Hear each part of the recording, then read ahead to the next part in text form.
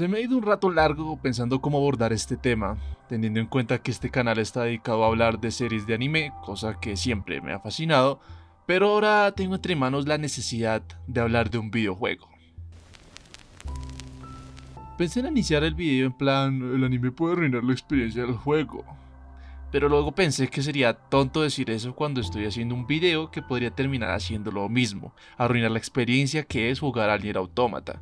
Y aunque haré lo máximo para evitar dar spoilers del juego, no podré evitar elevar por lo más alto a mi videojueguito favorito, lo cual puede ser contraproducente. Me ha pasado a mí que por culpa de otros creadores de contenido o gente random en internet que habla muy bien de juegos o películas, generan cierta expectativa sobre estas y por mucho que me encante el Nier Automata, nada me asegura que al resto de personas les vaya a gustar o vean y sientan lo mismo que yo. Y al contrario, al no llegar a sentir todo esto pueden terminar odiando el juego. Antes de entrar en materia, quisiera invitar a todos a jugar al Nier Automata, ya sea legal o desde la perspectiva de cualquier creador de contenido, pero conocer lo que quiere contar y expresar el videojuego antes de conocerlo por otros medios. Nier Automata es mi videojuego favorito y considero que es una obra maestra como videojuego. Usualmente trato de ver todo lo más imparcial posible, pero mi lado fanático estaba nervioso con este anuncio. No emocionado, más preocupado. Y al anunciarse la producción de un anime sobre esta maravillosa obra, lo primero que pensé fue... Cuando vi el estudio y el equipo de trabajo, me preocupé aún más. A1 Pictures cae en un 50-50 en cuanto a anime se refiere. Tiene buenos animes producidos, sí. La cagada esa de Sword Art Online. Pero por un momento pensé que la calidad visual estaba asegurada. Pero revisé a su director y prácticamente está debutando en el cargo con este anime. Entonces no podía evitar regresar a la pregunta. Claro, esta pregunta jamás conocerá una respuesta, mucho menos viendo que el mismo Yoko Taro era parte del equipo. Cosa que me molestó aún más al ver que el creador original del juego vio de antemano esta tragedia que terminó saliendo a la luz.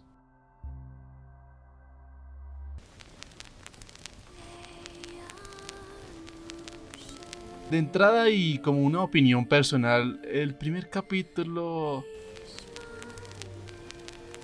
Muchos aplauden el hecho que fue completamente igual al videojuego, con cambios minúsculos. Y digo minúsculos cuando la aparición de este Goliath volador, cosa que es completamente nueva en el anime, fue hecha para nuevamente evitar escenas de acción animadas en 2D. Y pese a que el CGI es terrible, la gente sigue aplaudiendo este capítulo por ese hecho de que es completamente igual al videojuego. Pero igual es una cosa que encuentro ridícula, en especial a una obra como Nier Automata, cuyo brillo recae en el hecho de que es un videojuego. Era preferible que contaran algo completamente nuevo y diferente, la historia de un personaje secundario o la de alguno de los jefes, pero que mantuviera el tono trágico y filosófico del videojuego.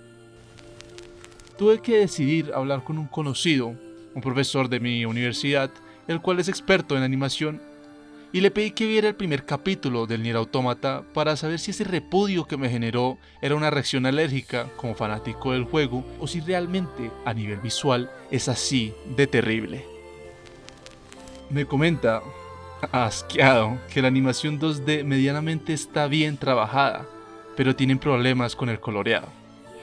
Pasan de tener el color neutro oxidado, característico del juego, a tener colores muy vívidos de golpe, cosa que demuestra que no tienen un supervisor de estilo visual y refleja que están teniendo muchos problemas de producción. Esto también se refleja en el trágico 3D. El CGI no está bien animado. Las máquinas, pese a ser máquinas, y dijo que suena chistoso decirlo, pero las máquinas se sienten muy mecánicas. Los robots requieren de ciertas animaciones para que se puedan sentir vivos, o las naves requieren de ciertas animaciones para saber cuándo están acelerando o desacelerando. Y se nota que no están bien animadas. De paso no tienen un buen trabajo de iluminación, es una sola luz global, cosa que se nota porque simplemente ponen el 3D sobre los fondos 2D con el descaro de no revisar que la luz tenga concordancia con el fondo, simplemente lo pusieron encima y ya. De vez en cuando parece que están mostrando algo bueno en cuanto a la animación 3D, como que toman el camino correcto, pero para el siguiente plano se rompe de golpe todo esto y queda en claro que es un producto fallido y no lograron llegar a su verdadero potencial. Considero importante recalcar que no quiso ver los otros 2 capítulos por el simple asco que le produjo el primer capítulo.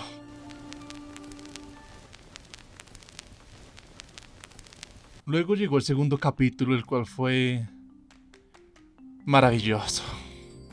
Ya olvidándonos de cómo a nivel visual el anime es bastante decepcionante, la narrativa de sus 2 siguientes capítulos me generaron cierto alivio, porque logré sentir lo mismo que cuando me pasé el juego por primera vez.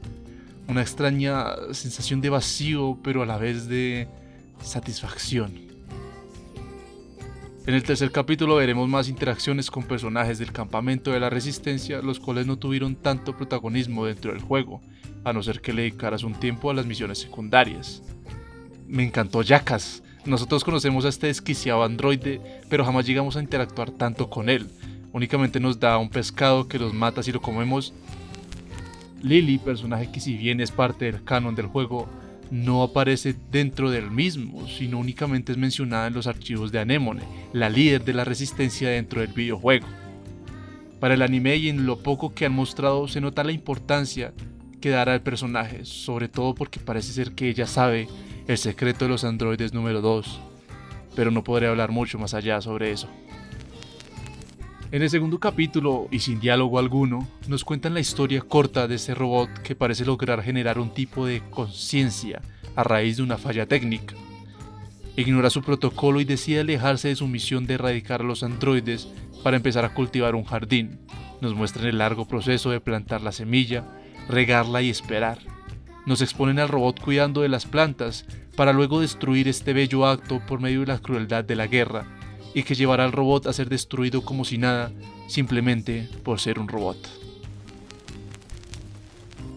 Y es que esa es la esencia del Nier Automata, obligar al jugador a tomar decisiones difíciles y manipular sus emociones, mostrar la belleza del mundo por medio de personajes incrédulos, para luego exponer la crueldad del mismo de forma inesperada.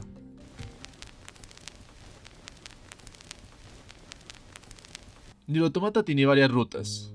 Las 2 primeras son básicamente lo mismo, pero desde la perspectiva de ambos protagonistas. La primera ruta nos muestra los nombres de los robots por medio del alfabeto angélico o celestial.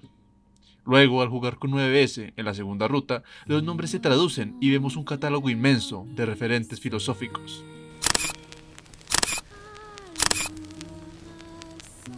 En la primera ruta conocemos un poco sobre cada una de las máquinas a las que nos enfrentamos y conocemos sus motivaciones. Luego, y por medio de las misiones secundarias, nos muestran cómo los robots, por medio de imitar a los humanos, buscan ser iguales a ellos, dar con un propósito a sus vidas. Más allá de participar en una guerra sin fin, las máquinas, al igual que los androides, simplemente quieren... El juego te enfrenta a los jefes en 2 ocasiones para que intentes sentir empatía por ellos, entender que pudieron tener un camino diferente de no ser máquinas diseñadas para pelear contra los androides. El juego se encarga de mostrar ambos lados de la moneda, la crueldad de las máquinas, al igual que su bondad, y de igual forma la crueldad de los androides y su bondad. Y este mensaje funciona por el hecho de ser un juego. El jugador es el que debe tomar las decisiones más crueles, el que tiene que enfriar su corazón en pro de avanzar con la historia. Al inicio de la segunda ruta, lo primero que tenemos que hacer es tomar control de una pequeña máquina, la cual está desesperada porque su aparente hermano no despierta.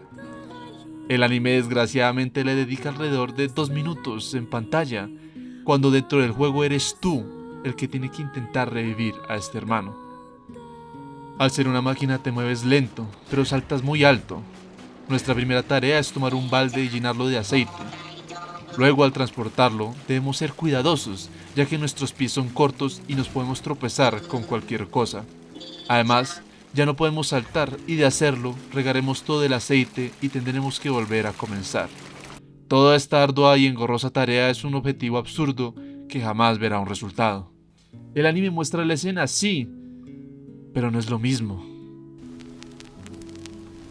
Luego tenemos el devastador espacio de las marionetas. Un momento al final de cada capítulo del anime donde nos explican cosas del juego por medio de un ridículo pero tierno espectáculo con marionetas hechas a mano. Y aquí debo dar otra opinión personal. Este show, que es dirigido por el Pod 042, el pequeño robot que va acompañando a Tubi, contiene un primer diálogo que bueno... ポッド042より人類の皆様に報告。ただいまよりビデオゲームニーヤオートマタのマルチエンディング紹介タスクを実施。以上。 Cuando lo vi por primera vez, una inexplicable ira nació dentro de mí. Primero estuvo el hecho de cómo desperdiciaron nuevamente un recurso del juego que, si bien cumple únicamente una función como hilo conductor, me parece que es increíble. En el juego, durante la segunda y tercera ruta, este espacio se muestra como un reflector y en este aparecen los POD 042 y 153, los asistentes de ambos protagonistas. Aquí ambos reflexionan sobre las acciones de sus androides y comienzan a preocuparse por ellos. Al principio en pro de cumplir la misión, pero luego se refleja ese cariño que empiezan a generar hacia estos. Demuestran que estas pequeñas máquinas flotantes también han comenzado a tener conciencia y reflexionan sobre ello. Una vez calmada mi ira, después de haber visto por primera vez esa escena, se me vino a la mente la adaptación a anime de Cyberpunk Edge Runner, otra adaptación basada en un videojuego. Adaptación que, pese a tener ciertas inconsistencias en su guión, realizan un trabajo impecable en tan solo 10 capítulos. Pensé en la gran diferencia que tenía el anime de Nier Automata con la adaptación de Cyberpunk, y es que el videojuego es Cyberpunk y el anime Cyberpunk Edge Runner pueden coexistir sin depender del otro. Véase que puedo ver el anime sin tener que jugar al videojuego, o puedo jugar al videojuego sin tener que ver el anime. Nier Automata versión 1A.1 depende de su videojuego. Si esta adaptación naciera como un anime original, absolutamente nadie la recordaría. Quedaría como otro anime del montón, pero es gracias al nombre del videojuego que mantiene una relevancia. Y es por eso mismo que la existencia de ese diálogo del primer capítulo, ese rompimiento estúpido de la cuarta pared, me molestan tanto. Da la sensación de que el mismo equipo de trabajo le tenía tan poca fe a la adaptación que tuvieron que buscar una manera supremamente forzosa de cumplir ese objetivo. Un objetivo que veo innecesario con una franquicia como Nier Automata, y es promocionar el videojuego.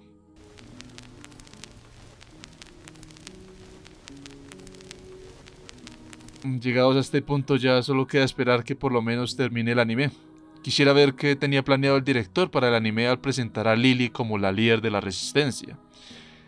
Pero sí quisiera hacer una pequeña aclaración que me molesta.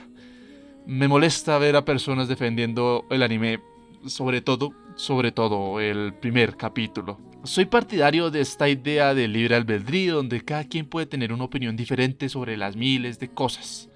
Pero en este caso me cuesta mantener esa idea. El primer capítulo es atroz. Lo veo como una falta de respeto a los fanáticos del videojuego y para los que se adentran a la franquicia por primera vez. Repito que sí, el segundo y tercer capítulo no estuvieron tan mal, pero gente, de verdad, despierten. Despierten y acepten, el primer capítulo es uno de los errores más grandes de la historia del anime. Y ya sea que el anime continúe o no, ya sea que hagan las cosas bien o sigan desperdiciando los recursos narrativos del juego, al igual que muchos, considero que esta era una adaptación innecesaria de un producto que es una oda a los videojuegos. Te amo y te odio, pajero de mierda.